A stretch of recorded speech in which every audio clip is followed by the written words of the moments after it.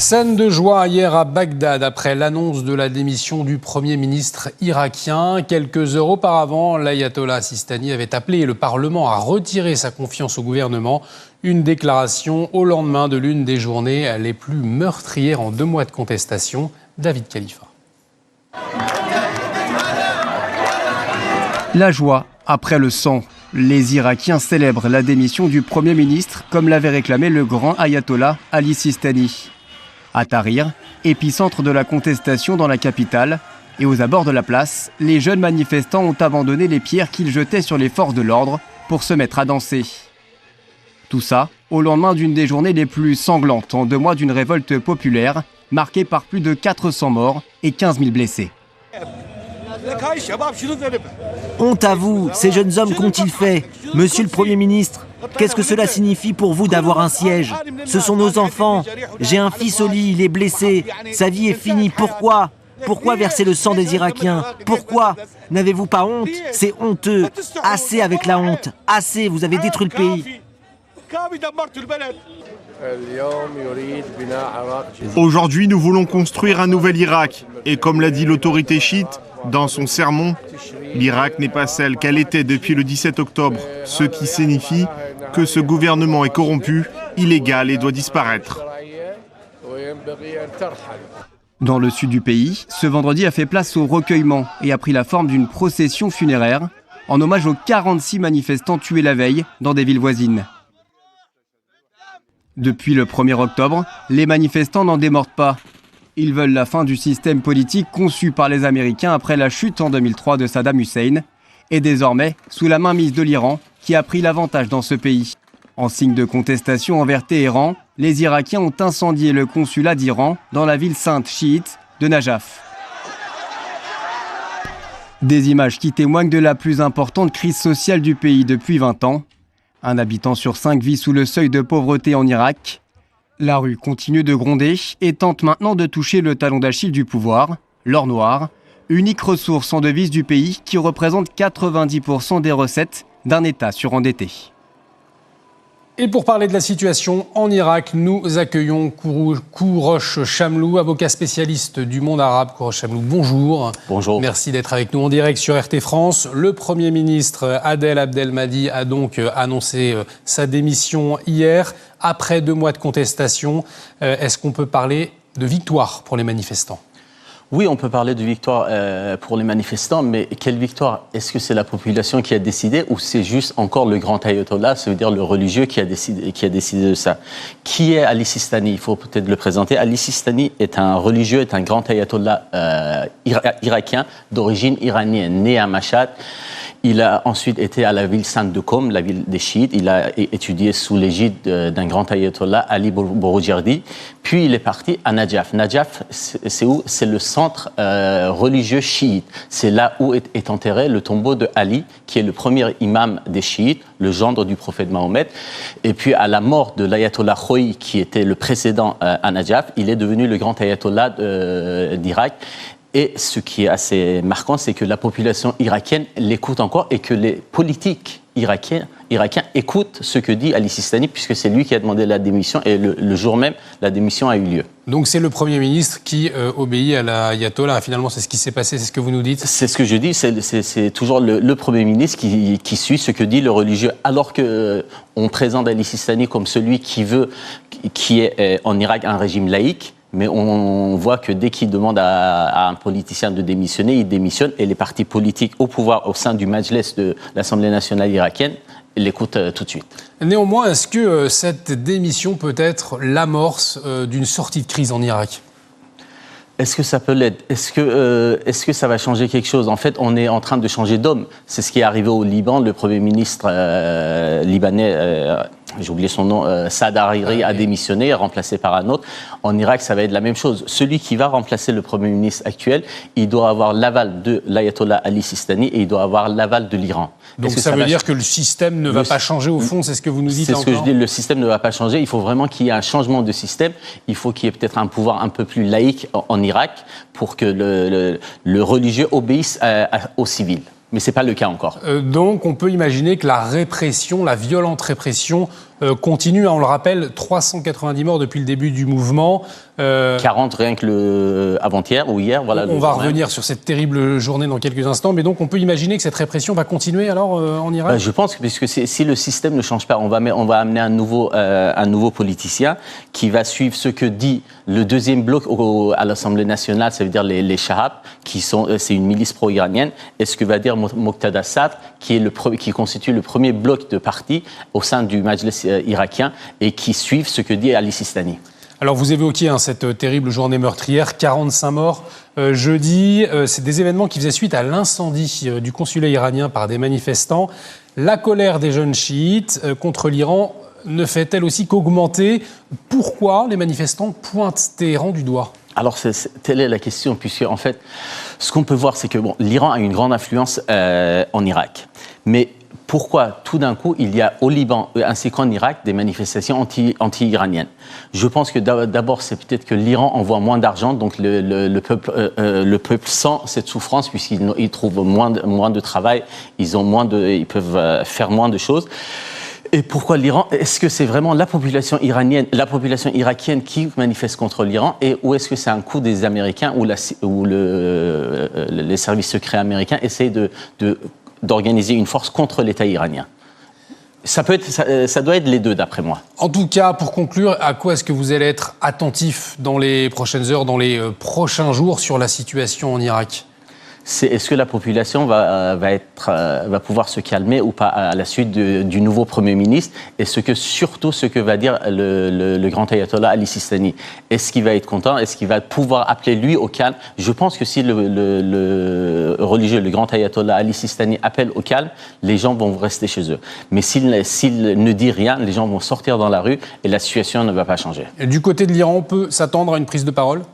Non, je pense pas. Non, je pense pas. L'Iran reste à l'écart. En fait, l'Irak est devenu une scène de conflit entre les États-Unis et l'Iran. Une scène de politique et d'influence.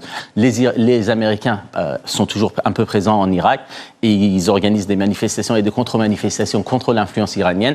Et l'Iran reste très influente en Irak. Pourquoi ? Puisque 65% de la population irakienne est chiite et que depuis le renversement de Saddam Hussein, les chiites ont pris le pouvoir. Même si les Kurdes dans le nord ont un peu de pouvoir, les sunnites un peu de pouvoir aussi, mais le vrai pouvoir est détenu par les chiites irakiens qui sont plus ou moins contrôlés par les Iraniens. Merci beaucoup, Kourosh Chamlou, d'avoir partagé votre analyse sur notre plateau. Je rappelle que vous êtes avocat spécialiste du monde arabe. Merci. Au Liban, la contestation se poursuit. Les manifestants ont fait plusieurs sit-ins devant des administrations publiques à travers le pays. Hier, quelques dizaines de protestataires ont ainsi bloqué pendant plusieurs heures l'entrée au bureau du ministère des Finances. Les manifestants réclament la prise de mesures pour faire face à la crise du dollar qui menace l'économie libanaise. Le président Michel Aoun a organisé une réunion avec les principaux responsables économiques du pays. On écoute l'un d'entre eux. Le gouverneur de la Banque centrale a été chargé de prendre des mesures temporaires nécessaires et, en coordination avec l'Association des banques, de diffuser les circulaires proposées par le gouverneur.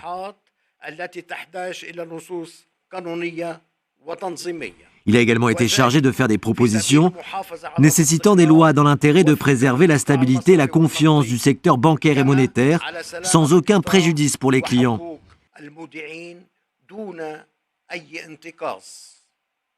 Les participants à cette réunion ont confirmé l'importance de préserver les conditions monétaires et le système monétaire libéral qui caractérise le Liban.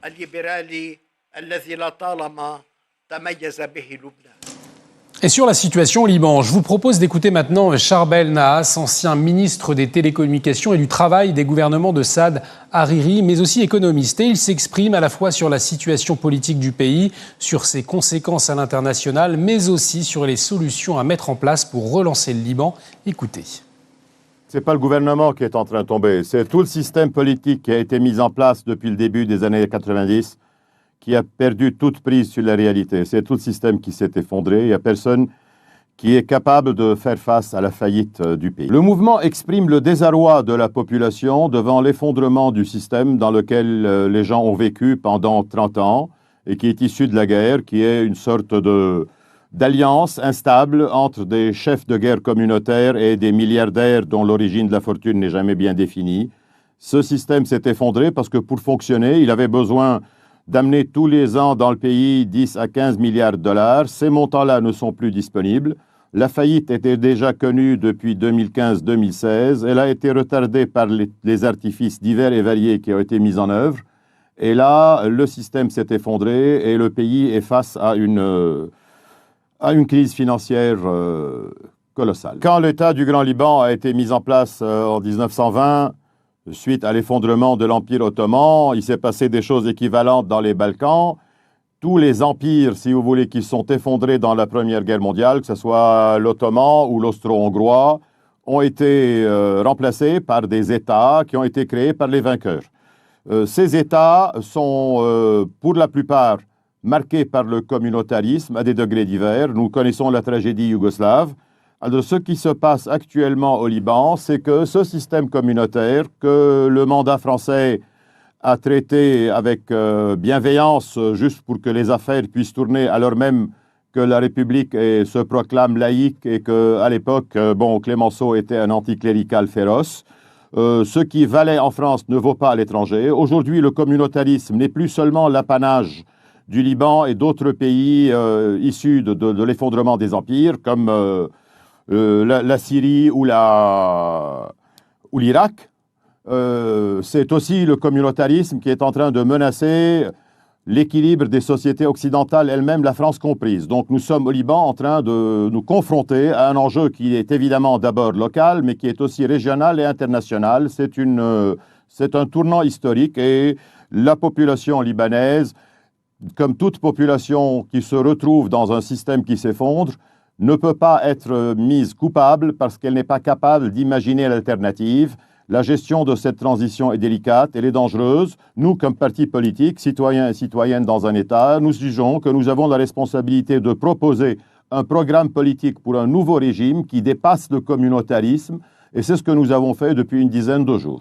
C'est tout un système financier, tout un système économique, tout un système politique. Vous savez, la corruption, ce n'est pas le fait de quelques individus, c'est un système de redistribution clientéliste qui a institutionnalisé les entités communautaires au sein même de la société. Elles ont féodalisé l'État.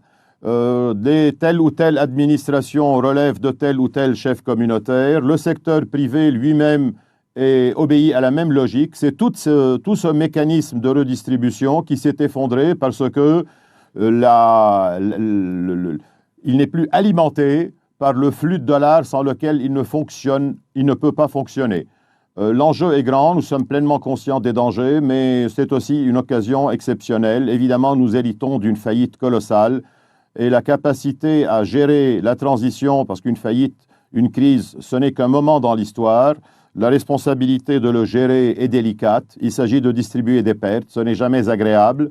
Nous pouvons assister à une émigration massive, nous pouvons assister à des troubles politiques, mais en contrepartie, nous aurions évidemment aimé que les gens se révoltent avant, le coût aurait été moindre, moins de ressources auraient été dilapidées. Maintenant que c'est arrivé, c'est aussi une occasion, si vous voulez, de tourner une page amère de notre histoire et aussi de donner un exemple à ce qui se passe autour de nous, les tragédies qui ont lieu en Irak et en Syrie, et confronter la légitimité d'un État raciste religieux qui est le projet sioniste installé en Palestine. C'est d'abord un projet politique qui puisse dessiner un avenir à travers une perspective claire, si vous voulez, d'un État efficace, d'un État laïque, d'un État qui prend en compte la réalité de la société et qui puisse traiter avec les puissances extérieures, proches ou lointaines, en ayant pleinement conscience des intérêts réciproques malgré la dissymétrie du rapport de force.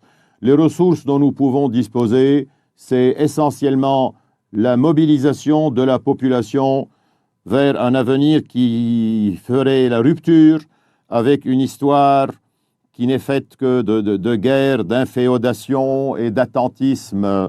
Et là, évidemment, les ressources financières encore disponibles se sont amoindries, mais il faudra dès le départ que ce projet politique soit placé sur la scène internationale et qu'une négociation sérieuse ait lieu avec les différents acteurs intéressés au Liban, dont évidemment la France et le projet CEDRE et plus généralement l'Union européenne, mais aussi les autres acteurs que sont L'Iran d'une part, les États-Unis bien entendu, et aussi la Russie dont la présence dans la région est devenue une réalité incontournable.